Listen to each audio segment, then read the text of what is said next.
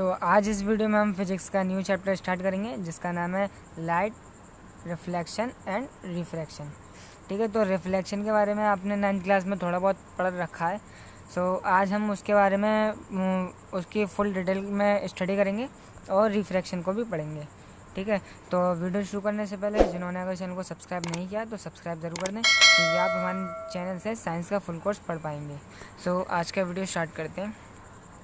तो we see a variety of object in the world around अस।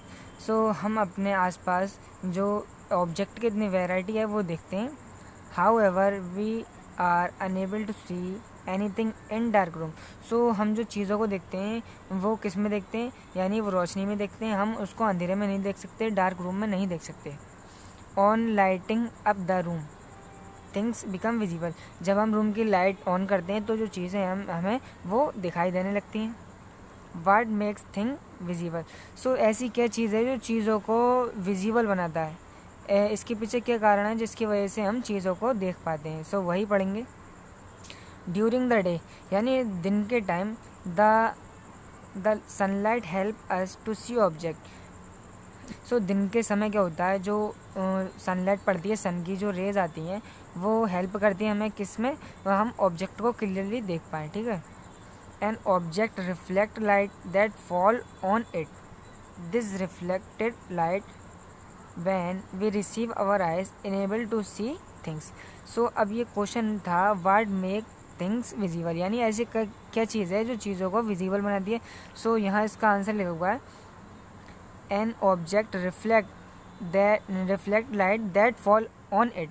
यानी अगर किसी ऑब्जेक्ट पर यानी आप मान लीजिए कोई ऑब्जेक्ट है, उसके ऊपर सन की रेज आ रही हैं, ये सन की रेज आ रही हैं, तो ये क्या करेंगी, ये सन की रेज रिफ्लेक्ट होंगी किसी एंगल से जो कि हमारी आँखों पर पड़ेंगी, जिसकी वजह से हम उसको अच्छी तरीके से देख पाएंगे। ठीक है, तो यहाँ रिफ्लेक्शन बताया गया है कि जो चीज़ों को हम देख पाते हैं वो किसकी वजह से देख पाते हैं, रिफ्लेक्शन की वजह से। When received by our eyes, जब हम वो हमारी आँखों पर रिसीव होती हैं, enable us to see things, तो हम उसको अच्छी तरीके से देख सकते हैं।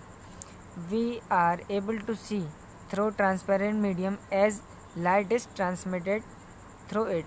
हम ट्रांसपेरेंट मीडियम में भी लाइट को देख सकते हैं। तो आप एक सादा शीशा ले लीजिए तो उसमें आपको आर पार दिखाई दे जाता है अच्छी तरीके से। ठीक है, वही लिखा हुआ है ट्रांसपेरेंट मीडियम में हम मतलब चीज़ों को देख सकते हैं।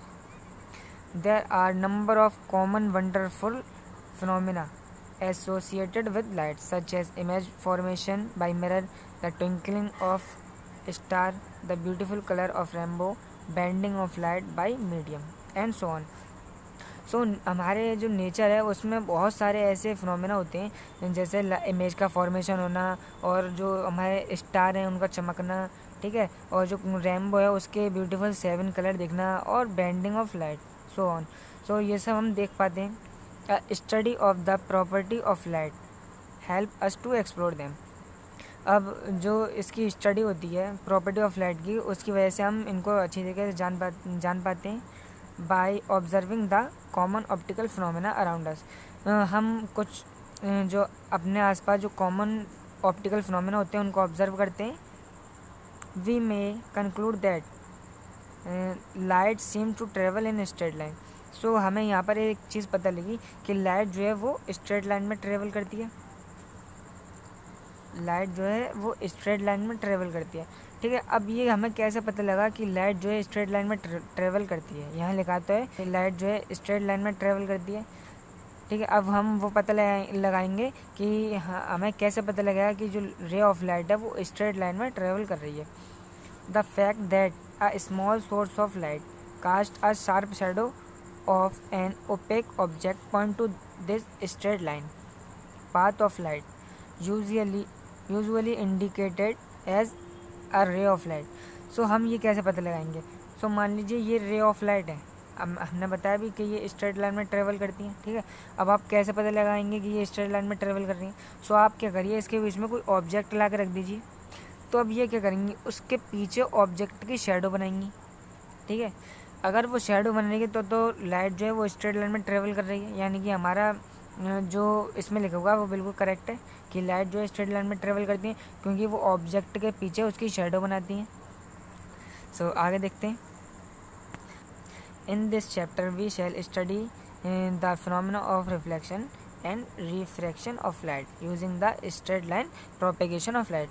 सो इस चैप्टर में हम क्या पढ़ेंगे, रिफ्लेक्शन पढ़ेंगे और रिफ्रैक्शन ऑफ लाइट भी पढ़ेंगे, लाइन प्रोपेगेशन ऑफ लाइट। ठीक है। The basic concept will help us in the study of some optical phenomena in the nature. We shall try to understand in this chapter the reflection of light. So अब हमें क्या करना है, जो इस chapter में हम पढ़ेंगे reflection of light by spherical mirror. ठीक है, स्फेरिकल मिरर का हम रिफ्लेक्शन ऑफ लाइट पढ़ेंगे and refraction of light and their application in real life. और जो रिफ्रैक्शन ऑफ लाइट है उसकी एप्लीकेशन देखेंगे रियल लाइफ में, रियल लाइफ सिचुएशन। सो अब देखते हैं हम reflection of light. So a highly polish surface such as mirror reflect most of the light falling on it. सो एक हाईली सरफेस होता है, हाईली पॉलिश सरफेस, जैसे मान लीजिए मिरर है। सो उस पर क्या होता है, मिरर है, उस पर रे ऑफ लाइट पड़ रही है। ठीक है, तो वो उस पर जो रे ऑफ लाइट आ रही हैं वो उनको रिफ्लेक्ट करेगा, जिसकी मदद से हम देख पाएंगे अपने आप को, खुद को मिरर में। You are already familiar with the law of reflection of light. So आप पहले ही जो 9th क्लास में laws of reflection of light हैं वो पढ़ चुके हैं। ठीक है, देखते हैं। So let us recall this law. The angle of incident is equal to the angle of reflection. So angle of incident है, सबसे पहला लॉ है हमारा, वो कहता है the angle of incident is equal to the angle of reflection. अब मैं आपको एक एग्जांपल के थ्रू समझाता हूँ। मान लीजिए ये आपका एक मिरर है। ठीक है, ये इसके पीछे पॉलिश सरफेस है। सो ये हमारा कुछ प्रिंसिपल एक्सिस है। सो ये लॉ हमारा क्या कहता है कि ये इंसिडेंट रे है। ठीक है, अब ये कुछ एंगल बना रही है, ये रिफ्लेक्ट होने के बाद जो रिफ्लेक्टेड रे होगी उसका एंगल और हमारा इंसिडेंट रे का एंगल दोनों इक्वल होंगे बिल्कुल। मैं आपको साफ बनाकर दिखाता हूँ। ये प्रिंसिपल एक्सिस और ये रे ऑफ लाइट आई। ठीक है, और ये इस तरीके से गई। सो इंसिडेंट रे और रिफ्लेक्टेड रे, इन दोनों का एंगल जो है बिल्कुल इक्वल होगा। ठीक है, so angle I equal angle R. So पहला लॉ यही कहता है हमारा कि angle of incident is equal to the angle of reflection. तो दूसरा लॉ क्या कहता है, the incident ray the normal ray to the mirror at the point of incident and the reflected ray all lie in the same plane. So दूसरा law ये कहता है हमारा कि ये एक मिरर है। ठीक है, अब इसमें क्या होगा, जो हमारी नॉर्मल रे जिसको हम प्रिंसिपल एक्सिस बोलते हैं, incident ray and reflected ray, ये एक ही प्लेन में लाई करेंगे। ठीक है, यानी ये तीनों रे एक ही प्लेन में होंगे। अगर इसको हम प्लेन ऐसे करके बनाएंगे तो ये जो तीनों रे हैं वो एक ही प्लेन में होने वाले हैं, यानी एक ही साइड में। सो दूसरा लॉ है वो ये कहता है। आगे देखते हैं। And these law of reflection are applicable to all types of reflection surface।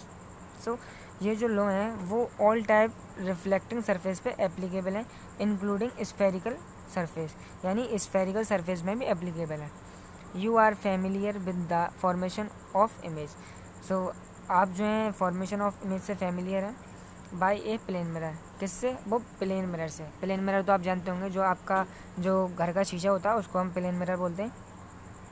Watt are the property of the image, image form by plane mirror is always virtual and erect. So अब जो question है, what are the properties of the image, plane mirror की जो image की property है वो क्या है।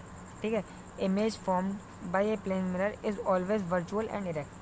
सो प्लेन मिरर हमेशा कैसी इमेज बनाता है, वर्चुअल बनाता है और इरेक्ट बनाता है। सो वर्चुअल का मतलब होता है कि रे ऑफ लाइट एक्चुअल में अगर मीट नहीं करती हैं किसी पॉइंट पर तो वो वर्चुअल इमेज होती है, और जब भी वर्चुअल होती है तो उसके साथ इरेक्ट भी होता है। ये मैंने आपको मेरी कॉन्सेप्ट वाइज वीडियो है उसमें आपको समझाया है पूरा चैप्टर अच्छे तरीके से, तो आप मेरी वो वीडियो भी देख सकते हैं जिसमें मैंने केवल चैप्टर का जो कॉन्सेप्ट है उसको क्लियर किया है। ठीक है। तो जो हमारा प्लेन मिरर है वो वर्चुअल और इरेक्ट इमेज बनाता है। The size of image is equal to the size of object. अब प्लेन मिरर में क्या होता है, जो ऑब्जेक्ट का साइज होता है और जो इमेज बनती है प्लेन जो मिरर में, वो दोनों इक्वल होते हैं, ठीक है। The image form is as far behind the mirror as the object is in front of it. So object होता है हमारा सामने और जो इमेज बनती है वो कहाँ बनती है, मिरर के बिहाइंड, यानी हमारा जो प्लेन मिरर होता है उसके पीछे बनती है। The image is literally inverted. How would the image be when the reflecting surface are curved? Let us explore. So इसका मतलब क्या है, the image is literally inverted. So इसका मतलब ये है कि आप देखना कि आपके घर में जो शीशे लगा है, ठीक है, प्लेन मिरर, अब आप उसमें उसके सामने खड़े हुए हैं बिल्कुल शीशे के। अब आप उसमें अपना राइट वाला हैंड जो है ऊपर करें, ठीक है, अब करें तो आपका राइट वाला हैंड जो मिरर में जो आएगा वो लेफ़्ट हैंड आएगा, और जब आप अपना लेफ़्ट वाला हैंड करेंगे तो मिरर में राइट वाला आएगा। सो उसको बोलते हैं हम लिटरली इन्वर्टेड, ठीक है। आगे देखते हैं, how would the image be when the reflecting surface are curve. अब इमेज जो है वो कैसी होगी कर्व सरफेस में, यानी जो उसकी रिफ्लेक्टिंग सरफेस है उसको कर्व कर दिया जाए। कर्व का तो मतलब, कर्व तो आप जानते हैं, इस तरीके से और इस तरीके से, इसको बोलते हैं हम कर्व। तो अगर हम रिफ्लेक्टिंग सरफेस को कर्व कर दें तो इमेज जो है कैसी दिखने वाली है, लेट अस एक्सप्लोर। सो ये देखेंगे हम अगली वीडियो में। सो आज की वीडियो में बस इतना ही। अगर वीडियो पसंद आए तो इसको लाइक करें और चैनल को सब्सक्राइब करना ना भूलें।